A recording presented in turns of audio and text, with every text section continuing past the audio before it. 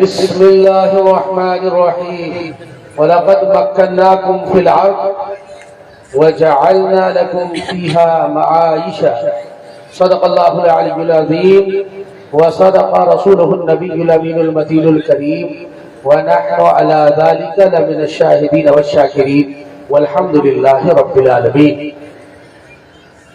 عرض و معروض سے پیشتر آئیے ہم اور آپ مل کر بآواز بلند نبی مکرم صلی اللہ تعالی علیہ وسلم کی بارگاہ میں عقیدت و محبت کے ساتھ درود پاک کا نذرانہ پیش فرمائیں۔ اللہم صلی اللہ سیدنا سیدنا سیدنا نبینا مولانا محمد وسلم علیہ السلام علیہ یا رسول اللہ السلام علیہ یا حبیب اللہ صلی اللہ تعالی علیہ وسلم۔ اور آج کی گفتگو کا میرا عنوان ہے رزق حلال اور اس کی برکتیں۔ انشاءاللہ العزیز تھوڑی دیر اس پر گفتگو کروں گا اور پھر آپ سے رخصت ہو جاؤں۔ اللہ پاک نے قرآن پاک میں ارشاد فرمایا وَلَقَدْ مَكَّنَّاكُمْ فِي الْأَرْضِ وَجَعَلْنَا لَكُمْ فِيهَا مَعَايِشَ، کہ اللہ نے ارشاد فرمایا کہ ہم نے تم کو زمین پر بسایا۔ اللہ نے فرمایا ہم نے تم کو زمین پر بسایا جمایا، وَجَعَلْنَا لَكُمْ فِيهَا مَعَائِشَ، اور اس میں یعنی زمین میں تمہارے لیے زندگی کے اسباب کو بھی پیدا کیا بنایا۔ زندگی کے اسباب کیا ہے؟ زندگی کے اسباب میں اگر آپ موٹے طور پر بات کریں تو روٹی، کپڑا اور مکان، یہ انسان کی بنیادی ضروریات میں سے کھانا پینا اور لباس ہے، رہنے کے لیے گھر مکان آتا ہے۔ پیارے محترم بزرگ اور دوستو، یہ وہ چیزیں ہیں کہ انسان اس کے بغیر زندہ نہیں رہ سکتا۔ امام غزالی علیہ رحمت و رضوان نے ایک موقع پر ارشاد فرمایا کیمیائے سعادت کے اندر ہے کہ ایک انسان کو اس دنیا میں رہنے کے لیے، ایک انسان کو اس دنیا میں رہنے کے لیے کھانے پینے کی ضرورت ہے، بغیر اس کے وہ زندگی گزار نہیں سکتا۔ تو اس کھانے پینے کی چیزوں کو اس طرح سے حاصل کیا جائے، اسی کا نام رزق کی تلاش ہے یا پھر کسب معاش ہے۔ پیارے محترم بزرگ اور دوستو، رزق تلاش کرنا اس کا شرعی حکم کیا ہے؟ کیا رزق تلاش کرنا فرض ہے؟ کیا روزے کی تلاش میں نکلنا واجب ہے؟ روزے کی تلاش میں نکلنا سنت ہے؟ آخر کیا ہے؟ تو پیارے محترم بزرگ اور دوستو، اس بات کو ہم کوشش کریں گے کہ آپ کے سامنے قرآن اور حدیث کی روشنی میں پیش کریں۔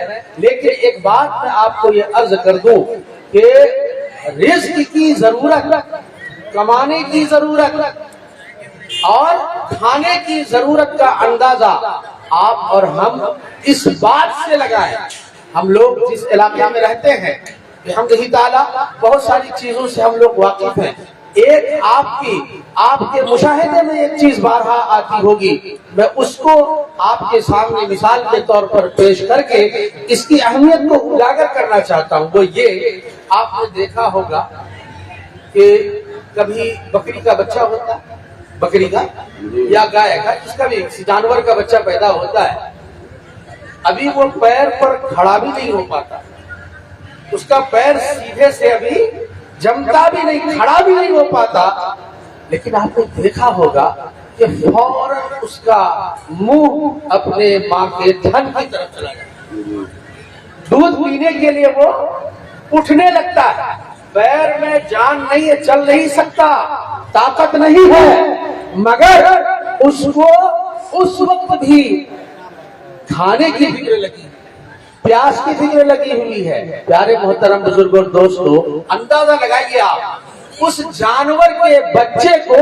کس نے بتایا کہ تمہاری خوراک یہاں ہے، اولین خوراک تمہاری یہاں ہے، وہ تو ابھی کچھ بھی نہیں جانتا، وہ جانور ہے۔ انسان کو تو رہنے دیجئے، وہ جانور ہے، اس کے باوجود اس کا اپنے ماں کے تھن کی طرف بڑھ جانا اس بات کی طرف صاف طور پر اشارہ کر رہا ہے کہ انسان کو زندگی گزارنے کے لیے کھانے پینے کی سخت ضرورت ہے۔ پیارے محترم بزرگ اور دوستو، اس سے یہ پتا چلا کہ یہ معاش، یہ رزق کی تلاش کرنا انسان کی بنیادی ضرورت میں سے ہے۔ یاد رکھیے گا، یہ ضرورت ہے۔ رزق تلاش کرنا زندگی کا مقصد نہیں ہے، بلکہ زندگی گزارنے کے لیے رزق کی ضرورت ہوتی ہے، معاش کی ضرورت ہوتی ہے۔ آئیے آپ کو ایک حدیث پاک سناؤں۔ اللہ کے رسول صلی اللہ علیہ وسلم نے ارشاد فرمایا، قاد الفقر قد ان یکون کفرا، کہ بہت ممکن ہے کہ انسان اگر مفلس ہو تو مفلسی کے رد عمل میں اس کے ریئیکشن میں کہیں کفر کے قریب نہ ہو۔ پیارے محترم بزرگ اور دوستو، اسی لیے ہر اس انسان پر جو کما سکتا ہے، جو کجا سکتا ہے، جو کام کر کے کچھ روزی روٹی حاصل کر سکتا ہے اور اس کے پاس کھانے پینے کے سامان نہیں ہے، تو اس کو بیٹھے رہنا اسلام اس بات کی اجازت نہیں دیتا ہے۔ حکم خداوندی ہے کہ فوراً نکلو اور رزق کی تلاش میں لگ جاؤ۔ لیکن آج ہمارا معاملہ کچھ اور ہو چکا ہے۔ ہم ساری توجہ رزق کی تلاش میں لگا دیتے ہیں، رزاق کا خیال ہی نہیں رہتا۔ تلاش رزق ضرور ہے مگر رزاق کا خیال نہیں ہے۔ آئیے قرآن پاک سے رزق تلاش کرنے کی اہمیت اور اس کی ضرورت کو آپ کے سامنے پیش کروں۔ اللہ تبارک تعالیٰ قرآن پاک میں ارشاد فرماتا ہے، وَإِذَا قُضِيَتِ الصَّلَاةُ فَانتَشِرُوا فِي الْأَرْضِ وَابْتَغُوا مِن فَضْلِ اللَّهِ، اور جب تم نماز پڑھ چکو، اللہ ارشاد فرماتا ہے کہ جب نماز پوری ہو جائے، نماز مکمل ہو جائے، فَانتَشِرُوا فِي الْأَرْضِ، زمین پر پھیل جاؤ، وَابْتَغُوا مِن فَضْلِ اللَّهِ، اور اللہ کے فضل کو تلاش کرو۔ حضرات، آپ اس آیت پر غور کیجئے۔ یہ آیت گرچہ سورہ جمعہ کے اندر ہے اور اس میں جمعہ کی نماز کا ذکر ہے، لیکن علماء کرام نے اسی آیت سے ایک عام اصل اخذ کر کے یہ حکم لگایا کہ انسان کو رب کی عبادت ادا کر لینے کے بعد اس کو روزی روٹی کی تلاش میں لگ جانا چاہیے۔ پیارے محترم بزرگ اور دوستو، حضرت امام احمد بن حنبل رضی اللہ تعالیٰ عنہ سے کسی نے پوچھا کہ اگر کوئی شخص نماز پڑھنے کے بعد مسجد میں بیٹھا رہے اور وہ یہ گمان کرے کہ اللہ تبارک تعالیٰ کو جو دینا ہے وہ یہی ہمیں عطا کر دے گا، تو کیا اس کا مسجد میں بیٹھے رہ جانا یہ صحیح ہے؟ تو حضرت امام احمد بن حنبل نے ارشاد فرمایا کہ ہرگز نہیں، جو شخص ایسا گمان رکھتا ہے وہ شریعت کے احکام سے ناواقف ہے، وہ نادان ہے، وہ جہالت میں مبتلا ہے۔ اگر یہ ہوتا تو پھر اللہ تبارک تعالیٰ کیوں حکم دیتا کہ جب نماز پوری ہو چکی ہو تو تم زمین پر پھیل جاؤ اور اللہ کا دیا ہوا رزق تلاش کرو۔ پیارے محترم بزرگ اور دوستو، آپ اندازہ لگائیے، اس آیت میں بھی کیا کہا رب نے؟ پہلے نماز پڑھ لو، وَإِذَا قُضِيَتِ الصَّلَاةُ، جب نماز مکمل ہو چکے، نماز مکمل ہو چکی ہو، فَانْتَشِرُوا، تب جا کے زمین پر پھیلو۔ اس آیت میں اس بات کی وضاحت ہے نا۔ اب آئیے اسی کے تعلق سے حضرت ابو ہریرہ رضی اللہ تعالیٰ عنہ کی ایک حدیث سماعت فرمائیے۔ حضرت ابو ہریرہ رضی اللہ تعالیٰ عنہ ارشاد فرماتے ہیں، روایت ہے ان کی، اور انہوں نے حضور صلی اللہ علیہ وسلم سے روایت کیا، یہ حدیث قدسی ہے کہ حضور صلی اللہ علیہ وسلم بیان فرماتے ہیں کہ رب کائنات ارشاد فرماتا ہے کہ اے بندو، آج ہمارا جو ماحول ہے اس کے اعتبار سے اس حدیث پر آپ غور کیجئے۔ رب فرماتا ہے، اے بندو، تم ہمارے لیے، ہماری عبادت کے لیے اپنے وقت کو خالی کر لو، ہماری عبادت کے لیے اپنے وقت کو خالی کر لو، تم میرے لیے عبادت کرو، ہم تمہیں محتاجی سے دور کر دیں گے، ہم تمہیں محتاجی سے دور کر دیں گے، تمہارے اوپر محتاجی کا دروازہ بند کر دیں گے۔ اور یاد رکھو، اگر تم نے ہماری عبادت سے غفلت کی، نمازیں ادا نہیں کی، ریاضتیں نہیں کی اور صرف دولت کمانے کے چکر میں رہ گئے، تو پھر تمہارے ہاتھوں کو ہم اتنا مصروف کر دیں گے، اتنا مصروف کر دیں گے کہ تم سے محتاجی کبھی ختم نہیں ہوگی۔ تو پیارے محترم بزرگ اور دوستو، کہنے کا مقصد یہ ہے کہ آپ اور ہم پہلے خدا کی عبادت کریں، پھر اس کے بعد خدا تعالیٰ کا دیا ہوا رزق اور اس کا فضل تلاش کریں۔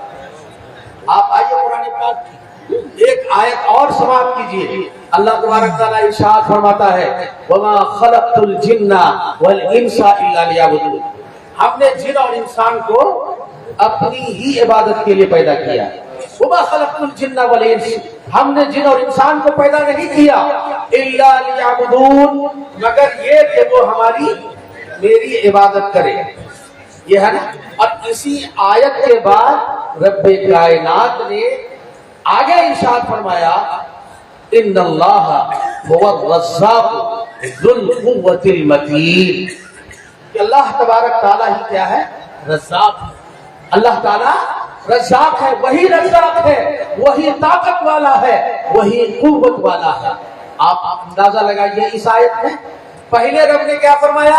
وما خلقت الجن والانس الا لیعبدون، کہ ہم نے جن اور انسان کو اپنی عبادت ہی کے لیے پیدا فرمایا۔ تو اس آیت سے بھی یہ واضح ہوتا ہے کہ ہمیں پہلے عبادت کرنی ہے، پھر عبادت کے بعد رب کائنات نے اپنے رزاق ہونے کا ذکر فرمایا، تو نتیجہ یہ نکلا کہ انسان پر پہلے خدا کی عبادت ضروری ہے، پھر اس کے بعد رزق کی تلاش ضروری ہے۔ لیکن آج ہمارا ماحول الٹ چکا ہے، آج ہم پہلے رزق کی تلاش میں نکلتے ہیں اور پھر اس کے بعد عبادت کرتے ہیں۔ جب آپ پہلے ہی رزق کی تلاش میں نکل چکے تو پھر عبادت ہم سے چھوٹ جاتی ہے، نمازیں ہم سے قضا ہو جاتی ہے۔ آپ اندازہ لگائیے پیارے محترم بزرگ اور دوستو، رمضان کا مہینہ آنے والا ہے، اس سے پہلے کئی سال، 2-3 سال پہلے آپ جائزہ لیجئے، لوگ کھیتوں میں کام کرتے کہ نہیں کرتے؟ رمضان میں خاص کر جیسے گرمی کا زمانہ گزرا، اس میں ہم لوگوں نے روزے رکھے۔ آپ اور ہم اچھی طرح سے جانتے ہیں کہ لوگوں کو روزہ رکھ کر کے کام کرنا بڑا بھاری پڑتا ہے نا۔ مکئی کی کھیتی بھی ہوئی، اس بیچ میں لوگوں نے کیا کیا؟ مکئی سمیٹنے کے لیے، دھان سمیٹنے کے لیے، اناج سمیٹنے کے لیے روزے چھوڑ ہے کہ نہیں؟ روزے چھوڑے کہ نہیں چھوڑے؟ پیارے محترم بزرگ اور دوستو، ایسا کرنا کیا ہمارا یہ عمل صحیح ہو سکتا ہے؟ کیا ہمیں اسلام اس بات کی اجازت دیتا ہے؟ نہیں، اس لیے کہ رب کائنات کا ارشاد ہے کہ تم ہماری عبادت کے لیے پیدا کیے گئے ہو، رزق کی تلاش اس لیے کرو تاکہ تم میری عبادت کر سکو۔ لیکن معاملہ یہ ہے کہ ہم عبادت کو چھوڑ دیتے ہیں اور رزق کی تلاش کرتے ہیں۔ سارے محترم بزرگ اور دوستو، تو ایسی صورت میں وہ رزق ہمارے لیے صحیح نہیں ہوگا۔ وہ رزق تو رزق رہ سکتا ہے مگر رب کا فضل نہیں ہو سکتا۔ فضل رب بھی اسی وقت ہوگا جب ہم پہلے خدا کی عبادت کر لیں۔ روزے ہیں تو روزے رکھ لیں، اگر زکات دینے کے لائق ہیں تو زکات دے دیں، پھر اس کے بعد ہم رزق کی تلاش میں لگ جائے۔ لیکن پیارے محترم بزرگ اور دوستو، ہمارا معاملہ الٹ چکا ہے۔ آئیے آپ کو ایک حدیث پاک سناؤں۔ اللہ کے رسول صلی اللہ علیہ وسلم نے ارشاد فرمایا اذا صلیتم الفجر فلا تنوموا عن طلب ارزاقکم، یعنی جب تم فجر کی نماز پڑھ چکے تو تم رزق کو تلاش کیے بغیر مت سو۔ کیا فرمایا؟ کہ جب فجر کی نماز پڑھ چکے تو رزق کو تلاش کیے بغیر مت سو۔ آپ اپنا محاسبہ کیجئے، جائزہ لیجئے اپنے شب و روز کا، دوڑائیے اپنی فکر اور اپنی سوچ ماضی کی طرف، گزرے ہوئے ایام کی طرف، موجودہ حال میں بھی، کہ کیا ہمارا یہی طریقہ ہے کہ ہم فجر کی نماز کے بعد رزق کی تلاش کرتے ہیں، بلکہ فجر چھوڑ کر رزق کی تلاش کرتے ہیں۔ فجر کی نماز نہیں پڑھتے اور رزق کی تلاش کرتے ہیں۔ اور کچھ لوگ تو ایسے ہیں جو بالکل ہی سوئے رہتے ہیں، فجر بھی نہیں پڑھتے، سو بھی جاتے ہیں، پھر جب سورج طلوع ہو جاتا ہے تب جا کے اٹھ کر رزق کی تلاش میں لگتے ہیں۔ ایسی زندگی اسلامی زندگی نہیں ہے۔ پیارے محترم بزرگ اور دوستو، اس حدیث پاک میں آپ اگر غور کریں گے نا تو ایک بات کی طرف آپ کی توجہ لے جانا چاہتا ہوں۔ نمازیں کتنی ہیں؟ 5 نمازیں فرض ہیں، لیکن ان تمام نمازوں میں اللہ کے رسول صلی اللہ علیہ وسلم نے ارشاد فرمایا فجر کا کہ فجر کی نماز جب پڑھ لو تو پھر بغیر رزق تلاش کیے مت سو. فجر کی تخصیص کیوں؟ ظہر کی نماز بھی ہو سکتی، عصر کی نماز بھی ہو سکتی تھی، مغرب کی نماز بھی ہو سکتی تھی، لیکن یہ فجر کی نماز کا ذکر کیوں ہے؟ تو اس تعلق سے حکما فرماتے ہیں، صالحین فرماتے ہیں، محدثین فرماتے ہیں کہ فجر کے بعد ایک ایسا وقت ہے کہ اس وقت میں جب بندہ رزق کی تلاش میں لگتا ہے تو اللہ تبارک تعالیٰ اسے بے پناہ فضل عطا فرماتا ہے. اللہ سبحان اللہ. اب آئیے اس کو بھی آپ کی زندگی سے جوڑتے ہوئے ایک بہت ہی عام مثال سے آپ کو سمجھانے کی کوشش کرتا ہوں. ہم دو جانور کو لیتے ہیں، دو جانور کو، اور آپ اس سے اندازہ لگائیے کہ آخر معاملہ کیا ہے. ایک بکری اور ایک دوسرا جانور ہے کتا. بکری اور کتا، ان دونوں کی فطرت عجیب و غریب ہے. بکری رات بھر سوتی ہے. بکری جب شام ہو گئی، رات ہو گئی، وہ اپنے ڈربے میں چلی جائے گی اور سوتی رہے گی اور جو ہی صبح کا وقت ہوتا ہے تو پھر بکری ممیانے لگتی ہے، آواز کرنے لگتی ہے. صبح بکری کی آنکھ کھل جاتی ہے، وہ آواز کرتا ہے. اور وہیں پر دوسری طرف کیا ہے؟ کتا. وہ رات بھر بھو کرتا رہتا ہے. اگر آپ کو آج کل تنہائی میں پالے، آج کل کا کتا تو کتا نہیں، عادت خور ہو چکا ہے. آپ کو اگر تنہا پالے تو بالکل نوچ ڈالے گا، چیر پھاڑ کر کے رکھ دے گا. یہ کتا ایسا ہے جو رات بھر بھونکتا رہتا ہے، چلاتا رہتا ہے، لیکن جو ہی صبح صادق کا وقت ہوتا ہے اور دھیرے دھیرے اور وقت گزرتا ہے اس کی آنکھ بند، وہ سو جاتا ہے. بکری اس وقت بیدار ہوتا ہے اور کتا اس وقت سو جاتا ہے. یہ ہے، آپ لوگ اس بات کو جان رہے ہیں، یہ تو بالکل کھلی آنکھوں سے ہم اور آپ دیکھتے ہیں. دوسری بات، ایک بکری کا بچہ، ایک بکری اگر بچہ دے، ایک شکم میں کتنے بچے دے سکتے ہیں؟ جس کو ہم اپنی زبان میں بھانس بولتے ہیں. ایک بھانس میں کتنے بچے؟ 2 3 4 تو بہت مشکل ہے، 3 تک ہو جاتا ہے. 2 بالکل نارمل ہے کہ عموماً 2 بچے ہوتے ہیں. ایک کبھی کبھی کسی بکری کا ہوتا ہے. تو اگر ہم اوسط نکالیں تو 2 بچے ایک بکری کے ہوتے ہیں نا. اور کتے کا کتنا بچہ ہوتا ہے؟ کبھی کبھی تو گننا بھی مشکل ہو جاتا ہے. بچے کتے کے زیادہ اور بکری کے بچے بہت کم. ٹھیک ہے، پیداوار بکری کا کم ہے اور کتے کی پیداوار بہت زیادہ ہے. یہ دونوں باتیں آپ کو سمجھ میں آئی. اب آئیے تیسری بات، سب سے زیادہ کٹتا کون ہے؟ سب سے زیادہ کس کو کاٹا جاتا ہے؟ آج کے ڈیٹ میں پرتی دن، ہر دن لاکھوں بکریاں، لاکھوں بکرے کٹتے کہ نہیں کٹتے؟ لاکھوں کی تعداد میں کٹتے. اس کو ہم اور آپ ذبح کرتے ہیں بسم اللہ اللہ اکبر پڑھ کر. کچھ ایسے بھی ہوتے ہیں جو ایکسیڈنٹ، حادثات کے شکار ہو جاتے ہیں، اس میں وہ مر جاتے ہے نا. اور کتے کو کتنے کتے کو لوگ کاٹتے ہیں؟ کتے کو لوگ کیا کریں، کتا ہی لوگوں کو کاٹتا ہے.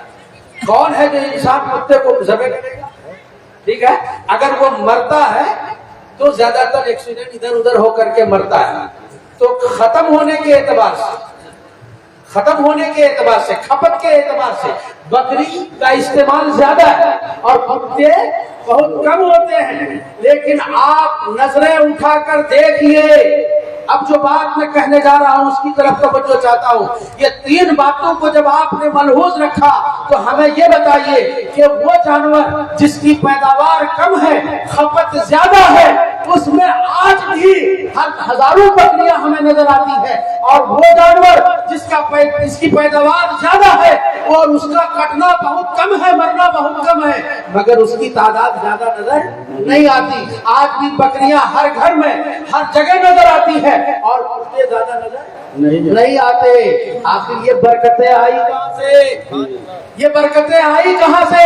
پیداوار کم ہے اور تعداد زیادہ ہے، ادھر پیداوار زیادہ ہے، تعداد بہت کم ہے، تو کہنا پڑے گا یہ اس لیے ہے کہ بکریاں اس وقت جاگ آتی ہیں جب خدا کا فضل زمین پر اترتا ہے، اور کتے اس وقت سو جاتے ہیں جب خدا کا فضل زمین پر اترتا ہے۔ تو جو جاگتا ہے وہ خدا کا فضل لے کر زمین پر پھیلتا ہے، تو رب کائنات اس کی نسلوں میں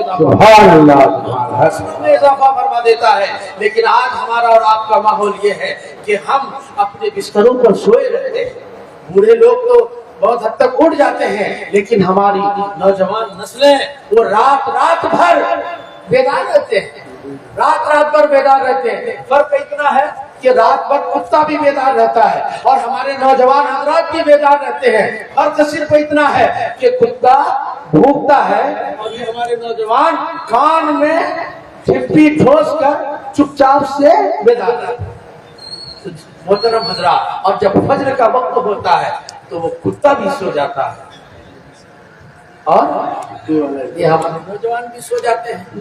تو برکتیں کہاں سے ہوں؟ جب خدا کا فضل اترتا ہے اس وقت ہم سو جاتے ہیں، جب خدا کا فضل اٹھنے لگتا ہے تو ہماری آنکھ کھلتی ہے۔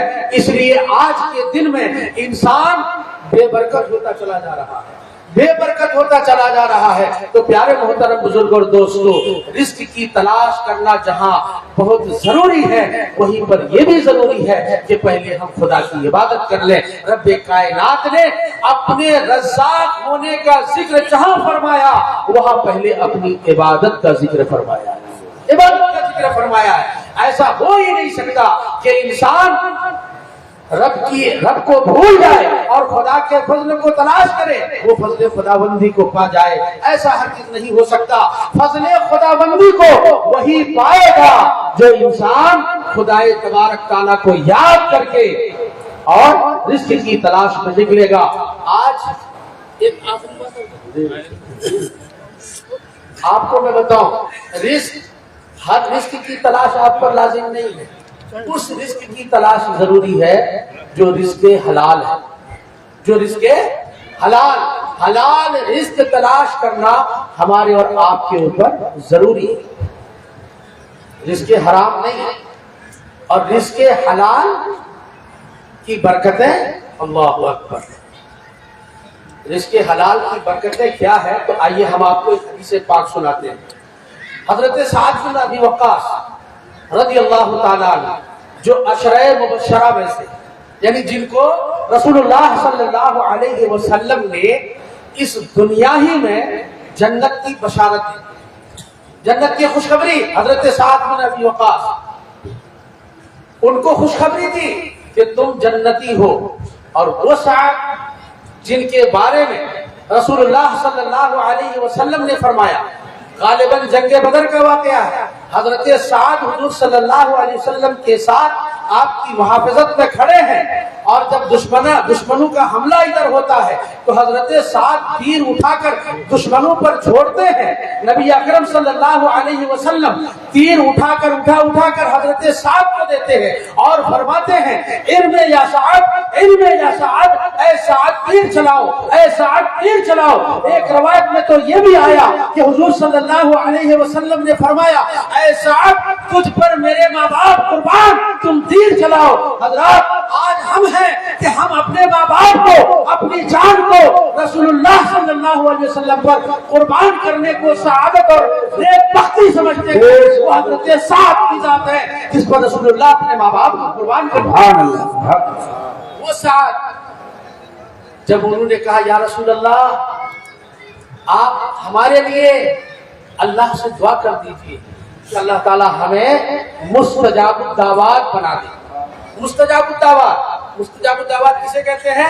یعنی وہ انسان جو دعا کرے تو اس کی دعا رب کائنات قبول فرما لے، دعا قبول فرما لے۔ کون جن کو رسول اللہ نے بشارت کی دنیا میں جنت کی، وہ سعد رسول اللہ سے عرض کر رہے ہیں یا رسول اللہ آپ ہمارے لیے دعا کر دیجئے کہ اللہ ہمیں مستجاب الدعوات بنا لے۔ تو رسول اللہ نے کیا جواب دیا؟ غور سے سماعت کیجئے گا۔ رسول اللہ صلی اللہ علیہ وسلم نے ارشاد فرمایا، اے سعد اطب مطعمک فتکن مستجاب الدعوات، اے سعد اپنا دسترخوان، اپنی خوراک، اپنا رزق پاک کر لو، حلال کر لو، اللہ تبارک تعالیٰ تمہیں مستجاب الدعوات۔ سبحان اللہ۔ تو پیارے محترم بزرگوں دوستو، پتہ یہ چلا کہ انسان جب رزق حلال کھاتا ہے تو اس کی زبان سے نکلی ہوئی دعا رب کائنات قبول فرما لیتا ہے۔ آج ہم اور آپ دعائیں مانگتے ہیں، ہم اور آپ اللہ کی بارگاہ میں اپنا مدعا پیش کرتے ہیں، اپنی التجائیں پیش کرتے ہیں، آرزویں پیش کرتے ہیں، تمنائیں پیش کرتے ہیں، لیکن ہماری دعا قبول نہیں ہو رہی ہے، ہماری دعائیں قبول نہیں ہو رہی، ہماری آرزویں پوری نہیں ہو رہی، ہماری تمنائیں پوری نہیں ہو رہی ہے۔ آپ اپنے کھانے پینے کا ایک بار جائزہ لیجئے، کہیں ایسا نہ ہو کہ کہیں ہمارا رزق حلال نہ ہو، کہیں ایسا نہ ہو کہ ہمارے رزق میں شکوک و شبہات ہو۔ پیارے محترم بزرگوں اور دوستو، انسان جب اپنے رزق کو حلال کر لیتا ہے تو رب کائنات اسے مستجاب الدعوات ہے۔ دوسری بات، رزق حلال کیا ہے؟ آج فرمایا گیا کہ رزق حلال کی برکت یہ ہے کہ انسان کے اندر عشق نبی کا جذبہ پیدا ہو جاتا ہے، عشق نبی کا جذبہ پیدا ہوتا ہے، اس کے چہرے میں اس کا چہرہ حشاش و بشاش ہو جاتا ہے، تقویٰ و طہارت کی زندگی گزارنے لگتا ہے۔ اور ایک موقع پر تو یہ بھی کہا گیا کہ جس انسان نے رزق حلال کو استعمال کیا تو اس کی اولاد فرما بردار ہو۔ رزق حلال کی برکت یہ ہے کہ انسان نے اگر خود رزق حلال کھایا اور اپنے اولاد اور بیوی بچوں کی پرورش رزق حلال سے کیا تو اس کی اولاد فرما بردار ہوتی ہے۔ آج ہم اور آپ جب خود رزق حلال نہ کھائیں، اپنی اولاد کو رزق حلال نہ کھلائیں تو ہماری اولاد فرما بردار نہیں ہوتی ہے۔ پیارے محترم بزرگوں اور دوستو، جب ہماری اولاد فرما بردار نہیں، جب ہم خود فرما بردار نہیں ہوتے تو ہماری اولاد کہاں سے فرما بردار ہوگی؟